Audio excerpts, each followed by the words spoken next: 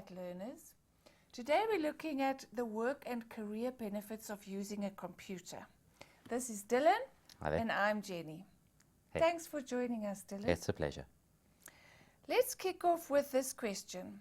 In what ways do you think good computer skills can be used when trying to find work? Well, let's start off by talking about the CV. I have spent probably far too long in my lifetime looking at CVs.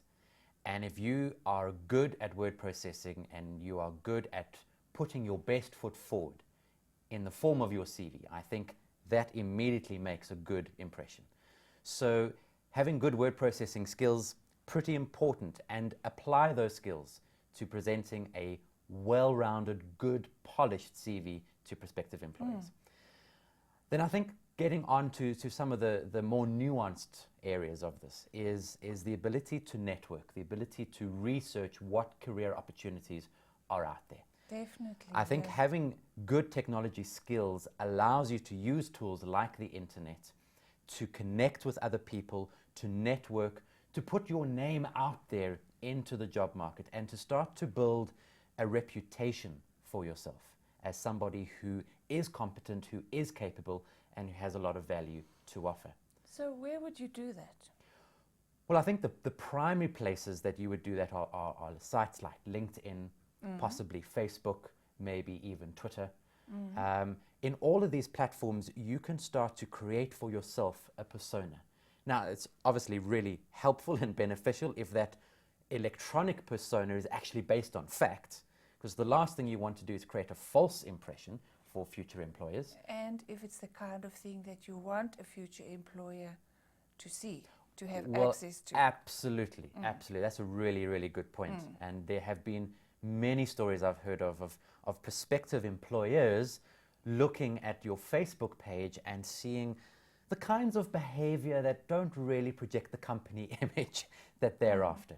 So be careful with what you put out there online, because future employers will start to look at it. And they will, whether they should or not is really beside the point, they really will start to judge you on what they see in your electronic persona. Unfortunately. Yeah. So I think just having a generally good understanding of technology and being able to manipulate it for your own benefit is really important in finding work and finding the kind of work that you're really, really interested in. I think perhaps we could also talk about how you can use your computer skills to demonstrate them beforehand, before you even Absolutely, before you even get a job. That's a great How point. would that Yeah. work? Well, I'll give you some sort of close to home examples. One of our employment operations at Mindset is generally to give prospective employees a task or a series of tasks. Obviously, those tasks need to be related to the kind of work that we're employing for, but we often use those tasks to judge that person's competence and ability. Interviewing well is good, and it's important to be able to sit in an interview and present yourself as an accomplished individual. But often it's even more important to be able to demonstrate practically what you can do with technology, especially if the role does involve technology. So if we're employing a graphic designer, we want to see that graphic designer's work. We want to see a portfolio of evidence, as it were. Yeah. An online portfolio, perhaps. Yes. Yeah.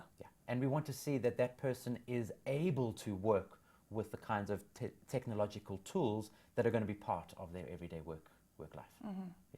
Okay, great.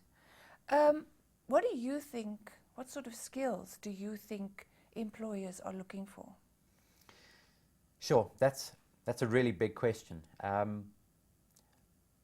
I think one of the key skills that employers are looking for increasingly is almost a sense of flexibility, an ability to learn, an ability to keep adapting and changing and updating your skills. And having good technological skills just gives you that first step forward in being able to research stuff and being able to find out new ways of working, and in being able to access the wealth of material that's online to aid your own professional development. I think gone are the days of you walking into a job that requires you to do 3 things, and those are the 3 things that you do for the next 20 years. I don't think that's the kind of work environment that we're entering into. I think increasingly you need to be able to continue your own professional development and use the technology that you have available to plug in to those ports where you can start to take on those new skills. So the ability to learn new things, I think, is one of the key skills that employers are looking for, and the ability to demonstrate that you're able to change, that you're able to adapt, and that you're able to think creatively and outside the box and solve problems. And a lot of those require you to be really, really comfortable with the technological tools that make a lot of that possible. Yeah, I agree. So what Dylan is saying is that the skills that you acquire from your CAT studies actually enable you to carry on learning in the workplace. Absolutely, yeah. Okay, now think about between now and about 2025. What do you think are the kinds of computer skills that careers will depend on by about then? That's quite a large time frame. I've heard estimates say that by the year 2030, or in the year 2030, most of the jobs that will be really important then haven't even been invented yet. Sure. And that's the kind of pace of change that I was just alluding to. But I would say underneath a lot of that, the kind of computer skills that are going to become really important are data skills. The ability to manage and to draw meaning from large amounts of data. And if you work in the data field, one of the things that you'll become aware of is this trajectory of adding value. You collect data, and then you do some stuff to that data to create information.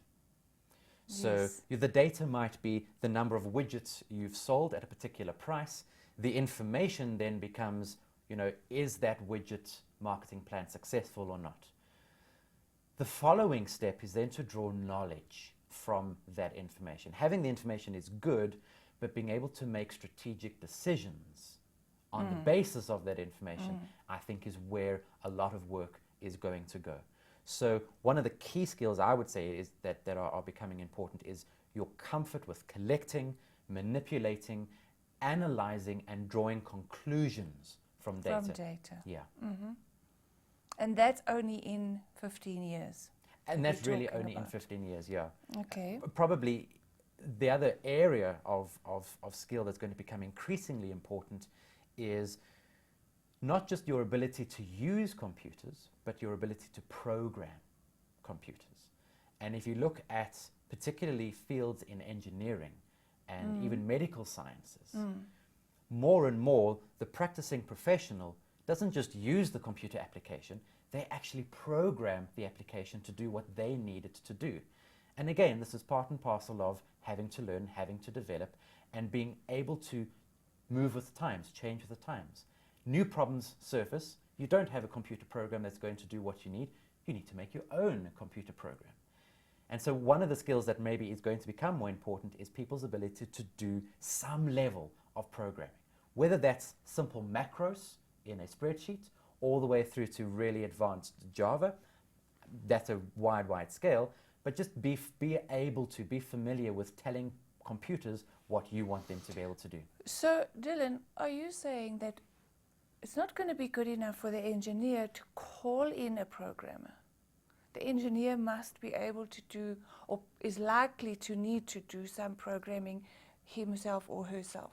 That's certainly the trend that I've seen and that a lot of my engineering friends are reporting back to me, that more and more the problems that they're having to deal with on a daily basis are so unique, so unexpected, that they often don't have the time to call in a specialist. They need to have the tools at their fingertips to be able to manipulate the computer programs that they're working with to do new and innovative things. And thankfully, more and more, there are these tools available that allow sort of more novice programmers to really do some fairly sophisticated work. Okay. Well, I think, CAT learners, you should acquire as many computer application skills as possible and proudly go ahead preparing yourself for your future career. And I think on that note, we'll end it for today. Thank you.